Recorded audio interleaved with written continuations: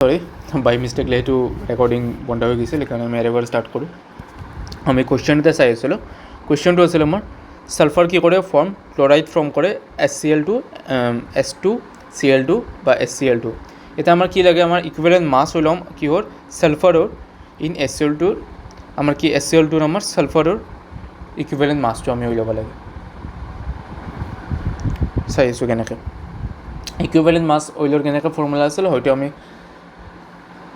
এনফেক্টেড হৈ ল'ব পাৰোঁ, বাট এইটোত আমি কিহেদি হৈ ল'ম ছালফাৰো লাগে।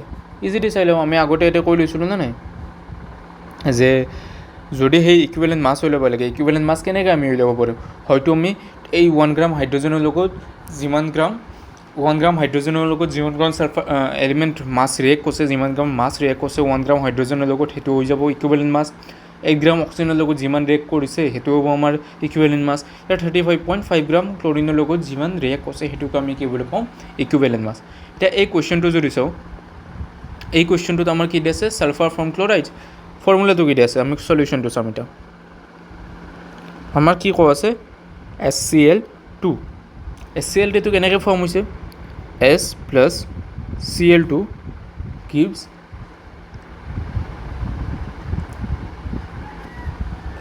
HCl2। ঠিক আছে, ঠিক আছে। ইয়াত ছালফাৰৰ মাছ কিমান, ছালফাৰৰ মাছ হৈছে আমাৰ 32 গ্ৰাম। ক্লৰিনৰ মাছ কিমান, ক্লৰিনৰ মাছ হৈছে ইয়াত আমাৰ 71 গ্ৰাম। আৰু HCl2ৰ মাছ কিমান, এইটো আমাৰ দৰকাৰ নাই বেছি। আমাক কি হৈছে, ইয়াক আমাক হৈছে ছালফাৰৰ আমাৰ ইকুইভেলেণ্ট মাছ লাগে। কি লাগে আমাক ইকুইভেলেণ্ট মাছ কিহৰ লাগে ছালফাৰৰ, কিহত HCl2। এতিয়া যদি আমি চাওঁ আমাৰ 71 গ্ৰাম ক্লৰিন ৰিয়েক্ট কৰিছে আমাৰ 32 গ্ৰাম ছালফাৰৰ লগত, তো 1 গ্ৰাম ক্লৰিন কিমানৰ লগত ৰিয়েক্ট কৰিব 32/71 লগত, তো আমাক কিমান লাগে 35.5 গ্ৰাম ক্লৰিন কিমানৰ লগত ৰিয়েক্ট কৰিব 32/71 মাল্টিপ্লাইড বাই 35.5। বুজি পাইছা।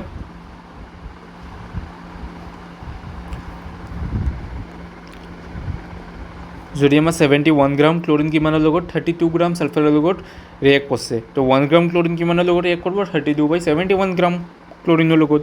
তো আমাক কিমান লাগে, আমাৰ ইকুইভেলেণ্ট মাছৰ ফৰ্মুলাটো এইটো হৈছে না 35.5 গ্ৰাম ক্লৰিন যিমানৰ লগত ৰিয়েক্ট কৰে সেইটো আমাৰ ইকুইভেলেণ্ট মাছ অফ এলিমেণ্টৰ হৈ যাব। আৰু 35.5 গ্ৰাম ছালফাৰ কিমানৰ লগত ৰিয়েক্ট কৰিব 32 ইয়াৰ লগত আমি 35.5 সেই কৰি দিম, মাল্টিপ্লাই কৰি দিম, এইটো ডিভাইড যাব 2, তো ইয়াৰ ভেলিউ হৈ যাব আমাৰ 64 গ্ৰাম। বুজি পাইছে। চৰি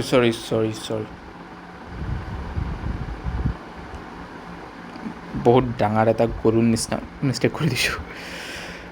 ই দি ইয়াক 2 যাব, মানে এইটো আমাৰ ডিভাইড হ'ব ইজিকুৱেলটো কিমান হ'ব 16 গ্ৰাম। এতিয়া যদি ইয়াক আমি চিম্পল কৰি লিখোঁ ইকুইভেলেণ্ট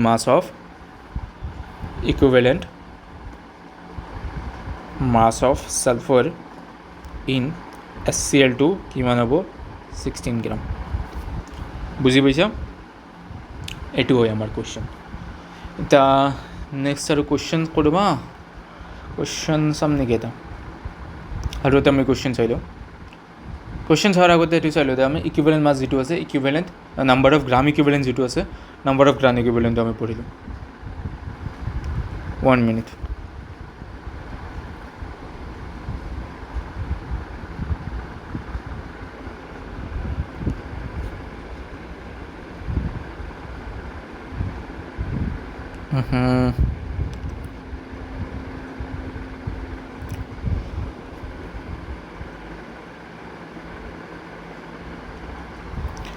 এতিয়া আমি কি চাম number of gram equivalents.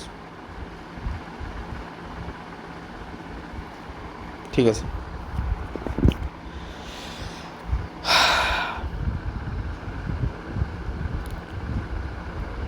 Number of gram equivalents.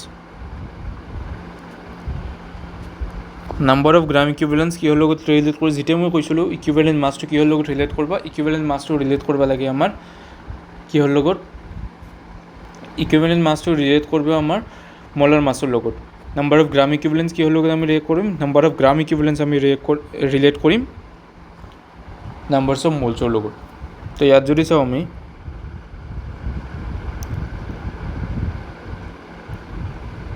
Number of gram ইকুইভেলেন্স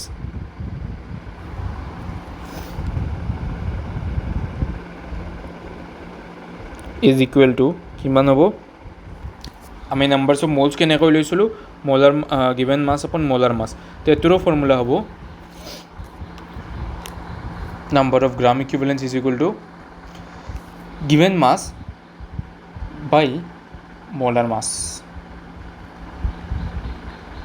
ৰ'বা 1 মিনিট ৰ'বা,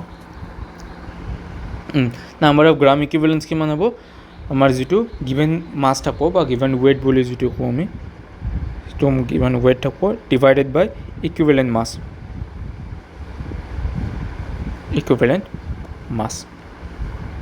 এইটো আমাৰ হৈছে নাম্বাৰ অফ গ্ৰাম ইকুইভেলেন্সৰ ফৰ্মুলা। নাম্বাৰ অফ গ্ৰাম ইকুইভেলেন্সৰ ফৰ্মুলা কি, given mass upon equivalence mass. আৰু এটা ফৰ্মুলা আছে gram equivalence is equal to moles multiplied by n factor. N ফেক্টৰটো বহুত ইম্পৰ্টেণ্ট বস্তু, এইটো বহুত জেগাত লাগব, তো এইটো পাহৰি নাযাবা কনচেপ্টটো। এতিয়া এই ফৰ্মুলাটো কৰি আহিল নাম্বাৰ অফ গ্ৰাম ইকুইভেলেন্স, এইটোৰ পৰা আমি এইটো ফৰ্মুলা পাইছোঁ গ্ৰাম ইকুইভেলেন্সৰ, মই এইটো ডেৰহেভ কৰি দেখি আছোঁ। Number of gram equivalence is equal to কিমান বুলি কৈছিলোঁ, গিভেন মাছ আপন মোলাৰ গিভেন মাছ আপন কি আমাৰ ইকুইভেলেন্ট মাছ। এতিয়া ইকুইভেলেন্ট মাছটোক আমি কেনেকৈ লিখিব পাৰোঁ, ইকুইভেলেন্ট মাছটোক আমি লিখিব পাৰোঁ মোলাৰ মাছ ডিভাইডেড বাই এন ফেক্টৰ। এতিয়া এন ফেক্টৰটো ডিভাইডেড ওপৰত হৈ যাব, ওপৰত কমি যাব, তো গিভেন মাছ আপন মোলাৰ মাছ মাল্টিপ্লাইড বাই আমাৰ এন ফেক্টৰ।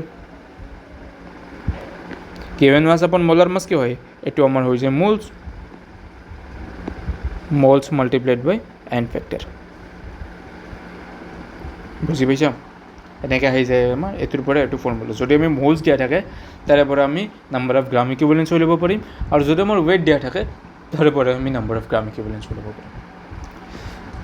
এতিয়া নাম্বাৰ অফ গ্ৰাম ইকুইভেলেন্স যদি আমি পঢ়ি লৈছোঁ, তেতিয়া আমি আৰু এটা কনচেপ্ট পঢ়িব পাৰিম নৰ্মেলিটি। নৰ্মেলিটি যেনেকৈ মই কৈছিলোঁ ইকুইভেলেন্ট মাছটোক আমি ৰিলেট কৰিম মোলাৰ মাছক লৈ, নাম্বাৰ অফ গ্ৰাম ইকুইভেলেন্সক আমি ৰিলেট কৰিম নাম্বাৰছ অফ মোলছক লৈ, আৰু চিমিলাৰলি আমি নৰ্মেলিটিটো ৰিলেট কৰিম আমাৰ মলাৰিটিৰ লগত।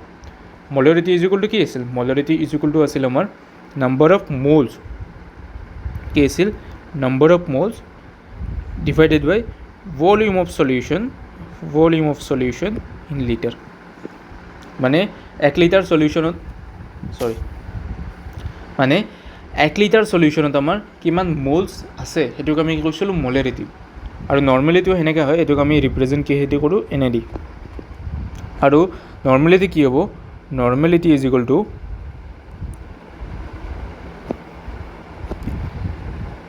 নাম্বাৰ অফ গ্ৰাম ইকুইভেলেন্স,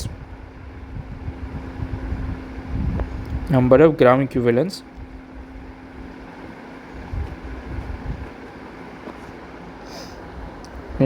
এনে এইটো দি ৰিপ্ৰেজেণ্ট কৰোঁ শ্বৰ্ট ফৰ্মত, divided by volume of solution in litre. এইটো হৈছে মোৰ নৰ্মেলিটিৰ ফৰ্মুলা। তাতে moles divided by volume of solution আছিল, এতে numbers of gram equivalence divided by volume of solution. এইটোৰো আৰু এটা আমাৰ শ্বৰ্ট ফৰ্ম আছে, normality is equal to molarity multiplied by n factor. আমি নৰ্মেলিটি মলাৰিটিৰ পৰা উলিয়াব পাৰোঁ এনেকৈ। এতিয়া এইটো ফৰ্মুলাও আমাৰ আহিছে এইটোৰ পৰা। এইটো যদি লিখোঁ নৰ্মেলিটি ইজ ইকুৱেল টু কি আছিল, number of gram equivalence divided by volume. Gram ইকুইভেলেন্সক কেনেকৈ লিখিব পাৰিম, গ্ৰাম ইকুইভেলেন্সক আমি লিখিব পাৰোঁ number of moles multiplied by n factor. আহি গ'ল ভলিউম, তলতো ভলিউম আছে, নাম্বাৰ অফ মোলছ আৰু ভলিউম এই দুটাক যদি ডিভাইড কৰোঁ কি আহিব আমাৰ মলাৰিটি। চ' আহি গ'ল normality is equal to molarity into n factor. বুজি পাইছা, এইটো হয় আমাৰ নৰ্মেলিটি। এতিয়া ইয়াৰ পিছত আমি এটা কুৱেশ্যনছ কৰিম চ' আমাৰ এইটো দিয়া আছে কুৱেশ্যনটোতে চালোঁ কুৱেশ্যনটো দিয়া আছে if 98 gram of H2SO4 is present in 250 ml of solution H2 ইমান গ্ৰাম অফ কি দিয়া আছে 98 gram of H2SO4 250 ml of solution আছে আমি ইয়াৰ কি লাগে নৰ্মেলিটি উলিয়াব লাগে ভলিউম অফ সলিউশ্যন দিয়া আছে আমাৰ মাছ গ্ৰাম অফ দিয়া আছে আমি কি উলিয়াম ফাৰ্ষ্ট আমি ইয়াৰ যদি ফাৰ্ষ্ট নৰ্মেলিটি উলিয়াওঁ নৰ্মেলিটি ইজ ইকুৱেল টু হয় সলিউশ্যনটো চাম এতিয়া নৰ্মেলিটি ইজ ইকুৱেল টু হ'ব number of gram equivalence upon volume of solution gram equivalence is equal to কিমান হ'ব given mass upon molar mass sorry given mass is 98 gram বা এনেকৈ লিখিব পাৰোঁ moles into n factor তো n factor যদি আমি H2SO4 n factor হৈ লওঁ n factor of H2SO4 কিমান হ'ব H2SO4 কি হয় এটা এচিড হয় কেইটা হাইড্ৰজেন দিব দুটা হাইড্ৰজেন দিব তো ইয়াৰ n factor কিমান হ'ব 2 আৰু ইয়াৰ যদি আমি moles লওঁ moles হৈ যাব given mass upon molar mass given mass কিমান দিয়া আছে 98 molar mass আমাক দিয়া আছে কিমান H2SO4 98 মানে moles কিমান হ'ব 1 equivalent moles আমাৰ কিমান আহি যাব equivalent mass moles হৈছে 1 আৰু n factor হৈছে 2 মানে গ্ৰাম অফ equivalence হ'ব 2 গ্ৰাম equivalence আমি পালোঁ 2 আৰু ডিভাইড বাই আমাৰ কি লাগে volume of solution in litre এটা কি দিয়া আছে 250 কি দিয়া আছে ml এটা ml টোক যদি আমি 1000 দি ডিভাইড কৰোঁ কি হৈ যাব লিটাৰ তো 1000 টো কি গ'ল আমাৰ ওপৰত আৰু তলত কি লৈ গ'ল আমাৰ 250 দি কিমান বাৰ যাব 4 বাৰ মানে নৰ্মেলিটি কিমান হৈছে 8 নৰ্মেল এটি হৈছে আমাৰ সলিউশ্যন নৰ্মেলিটি বুজিবলৈ ইয়াৰ পিছত আমাৰ আছে কিছু এই ইটাকলৈকে আমাৰ অলমষ্ট যিমান কনচেন্ট্ৰেশ্যন টাৰ্মছ আছে যিমানখিনি কনচেন্ট্ৰেশ্যন টাৰ্ম হৈছে সেইখিনি মোটামুটি আমাৰ শেষ হৈছে এতিয়া কনচেন্ট্ৰেশ্যন টাৰ্মছখিনি যাৰ পিছত আমি কি কৰিম আমি চাব লাগিব যে কিছুমান এনেহেন কনচেন্ট্ৰেশ্যন টাৰ্মছ আছে মই লিখি দিওঁ আমাৰ যিমান কনচেন্ট্ৰেশ্যন টাৰ্মছ হৈছে অলমষ্ট গোটেইখিনি কৰিলোঁ আমি যাৰ লেকচাৰটো আৰু আজিৰটোক লগিন ফৰ্মেলিটি এটা আছে সেইটো ইমান ইম্পৰ্টেণ্ট নহয় কনচেন্ট্ৰেশ্যন টাৰ্মছবিলাক কি হ'ব পাৰে দুটা বস্তুত আমি ভাগ কৰিব পাৰিম এটা আছে আমাৰ টেম্পাৰেচাৰ ডিপেণ্ডেণ্ট এটা কি আছে আমাৰ টেম্পাৰেচাৰ ডিপেণ্ডেণ্ট আৰু এটা আছে আমাৰ টেম্পাৰেচাৰ ইণ্ডিপেণ্ডেণ্ট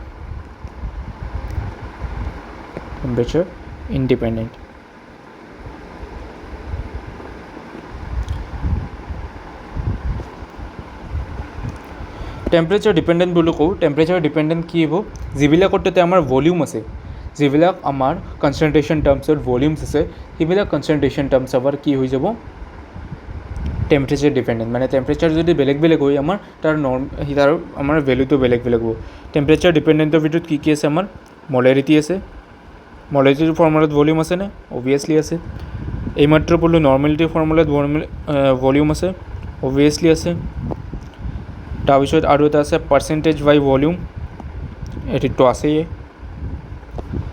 আৰু আমাৰ percentage by strength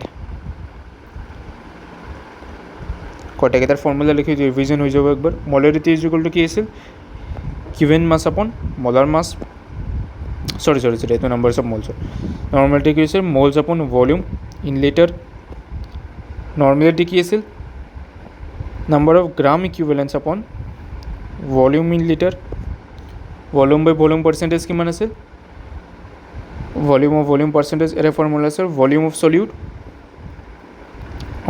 solute upon volume of solution multiplied by 100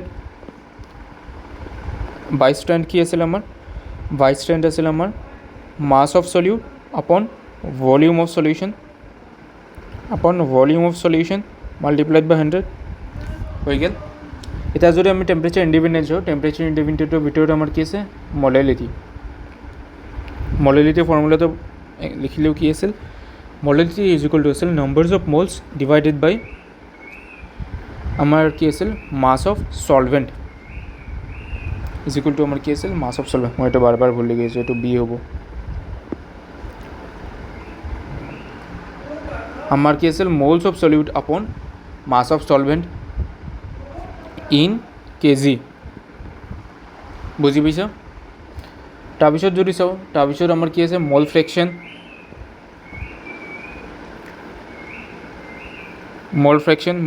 কিমান হ'ব মল ফ্ৰেকশ্যন ইজ ইকুৱেল টু আছে আমাৰ মল ফ্ৰেকশ্যন মানে কি আছিল কাই মল ফ্ৰেকশ্যন কি হ'ব আমি যদি মল ফ্ৰেকশ্যন সলভেণ্ট হ'লেও কিমান হ'ব মলছ অফ এ আপন টোটেল মলছ আৰু যদি আমি সলিউট লৈ লওঁ মলছ অফ বি আপন টোটেল মলছ আৰু থাৰ্ড আমাৰ কি আছিল পাৰ্চেণ্টেজ বাই মাছ যদি চাওঁ পাৰ্চেণ্টেজ বাই মাছ হ'ব আমাৰ মাছ অফ সলিউট আপন মাছ অফ সলিউশ্যন মাল্টিপ্লাইড বাই 100 বুজি পাইছা এইবিলাক আমাৰ কনচেনট্ৰেশ্যন টাৰ্মছ আমি অলমষ্ট পঢ়লোঁ যিবিলাকত কিছুমান টেম্পাৰেচাৰ ডিপেণ্ডেণ্ট যিবিলাক আমাৰ টেম্পাৰেচাৰ ফ্লাকচুৱেট হ'লে আমাৰ ভেলুটো ডিফাৰেণ্ট হ'ব আৰু আছে টেম্পাৰেচাৰ ইণ্ডিপেণ্ডেণ্ট যিবিলাক টেম্পাৰেচাৰ বদলিলে আমাৰ ভেলুটো বদলি নাযায় ঠিক আছে তো আজি এই দুটা লেকচাৰে দিলোঁ মানে ইয়াৰ আগতটো আৰু এইটো এটা লেকচাৰে হয় মই এইটো ভুলতে পজ কৰি দিছিলোঁ সেইকাৰণে এনেকৈ মানে দিব লাগিব যি হ'লেও ইয়াৰ নেক্সট লেকচাৰত আমি চাম ল অফ ইকুইভেলেঞ্চ তাৰপিছত আমাৰ তাৰে ৰিলেটেড পৰা আমি ষ্টাৰ্ট কৰিম এখন নেক্সট লেকচাৰটো আমি কমপ্লিট কৰিম তো কিবা আৰু আছে সুধিব লগা যদি কিবা থাকে ডাউট জাষ্ট সুধি ল'লেই হ'ল এতিয়া শেষ কৰোঁ